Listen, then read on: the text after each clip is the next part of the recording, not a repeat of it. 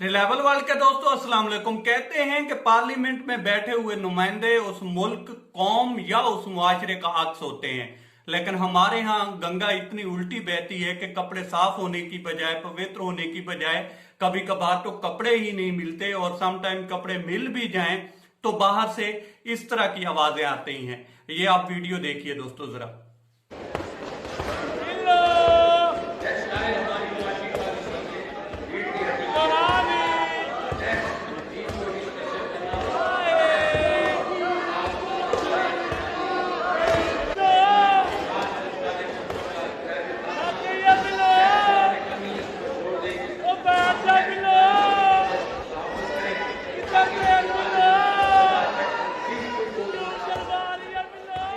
जी तो दोस्तों देखा आपने। अच्छा, एक क्लिप और बाकी है, लेकिन उससे पहले मैं इसकी वजाहत करना जरूरी समझता हूं। ये पीटीआई के कारकुन हैं और ये हमारे नुमाइंदे भी हैं जो कि बैठे हुए हैं पार्लियामेंट में, और एक साइड पे बिलावल जरदारी भुट्टो जो है तकरीर कर रहे हैं और दूसरी साइड पे इस तरह की आवाजें ये कस रहे हैं। लेकिन इन्होंने शायद ये समझा है कि ये अब्दुल कादिर पटेल हैं, क्योंकि उन्होंने इमरान खान साहब पर काफी बिलो दी बेल्ट जो है हमले किए थे इसी पार्लियामेंट में खड़े होकर। काफी जो है घटिया किस्म की यूं कह लें कि या नीच लेवल की यूं कह लें कि जुबान इस्तेमाल की थी, और ये शायद वो समझ बैठे हैं और उसको उस तरह से जवाब दे रहे हैं। और दूसरे लफ्जों में जब इन लोगों से पूछा जाए तो ये सारे लोग ही, इसमें सारी पार्टियां शामिल हैं, वो ये कहती हैं कि ये जो है जमहूरियत का हुस्न है और ये हुस्न को मजीद निखारने का एक तरीका था जो आपने देखा है दोस्तों। अभी आप दूसरा क्लिप देखें, और ये क्लिप भी एक हमारा जो मुआशरा है या हमारे नुमाइंदे हैं उनकी जो आप कह लें काबिलियत है उसको जाहिर करता है दोस्तों। आप ये जरा क्लिप देखें और फिर आगे बात होती है। जो लंदन में रह रहा है उसको नारोवाल के हलके के मसाइल का क्या पता है, उसको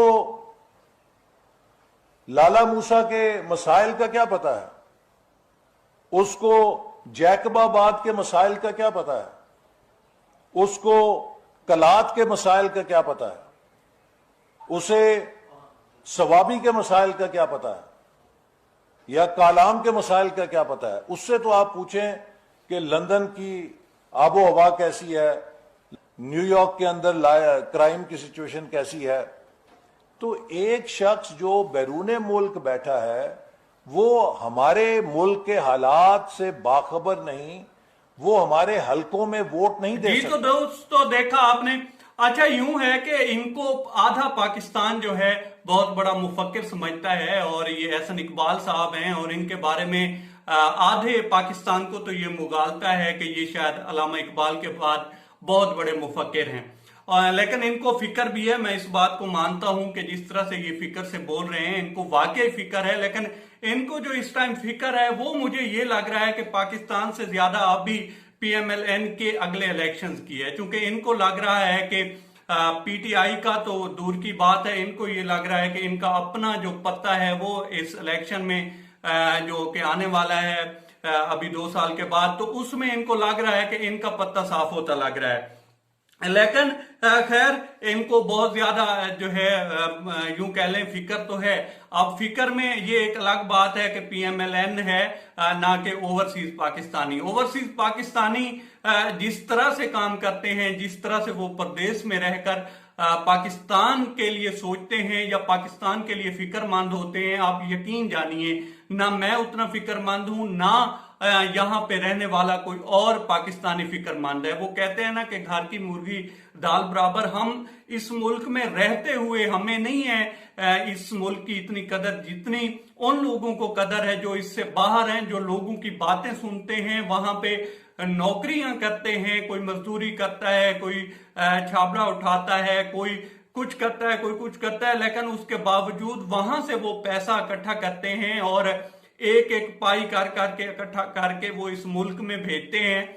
और उसको हमारे जो मुफक्किर हैं वो ये कह रहे हैं कि उनको तो पता ही नहीं है कि इस मुल्क के मसाइल क्या हैं, तो उनका वोट जो है वो मैटर नहीं करता। अब अगर दूसरी साइड पे देखें तो इस तस्वीर का दूसरा रुख तो देखें तो आपको ये समझ आनी बड़ी मुश्किल है कि ये ओवरसीज पाकिस्तानियों की बात कर रहे हैं या मियां साहब की बात कर रहे हैं, क्योंकि दोनों बाहर हैं। मियां साहब भी बाहर हैं और ओवरसीज पाकिस्तानी तो साफ जाहिर है मुल्क से वैसे ही बाहर हैं। अब फर्क सिर्फ इतना है दोस्तों कि जो ओवरसीज पाकिस्तानी है वो मुल्क में पैसा भेजते हैं और मियां साहब को जब जरूरत होती है, या आप यूं कह लें हिस्ब जरूरत या हिस्ब जायका, वो यहां से जो रकम है वो बाहर मंगवा लेते हैं। अब देखें, फिक्र तो है दोनों को, ओवरसीज पाकिस्तानियों को भी है और एहसन इकबाल साहब को भी है और उनकी पार्टी को भी है। फर्क सिर्फ इतना है पैसा भेजना या पैसा मंगवाने का है। खैर, हमें इससे क्या, हमने तो ये देखना है कि आगे मुल्क किस तरह से चलता है और आने वाले इलेक्शंस में क्या होता है। लेकिन उससे पहले जिस तरह से काफी सारी पार्टियों को फिक्र लाक हो गई है, मुझे तो लग रहा है कि आने वाला इलेक्शन फिर खान साहब का है। खैर, अब तक इतना ही दोस्तों। आप दोस्तों से रिक्वेस्ट है कि आप हमारे चैनल का विजिट करें और अगर आपको हमारे चैनल का कंटेंट पसंद आए तो इसे सब्सक्राइब करें। तामुन के लिए शुक्रिया दोस्तों।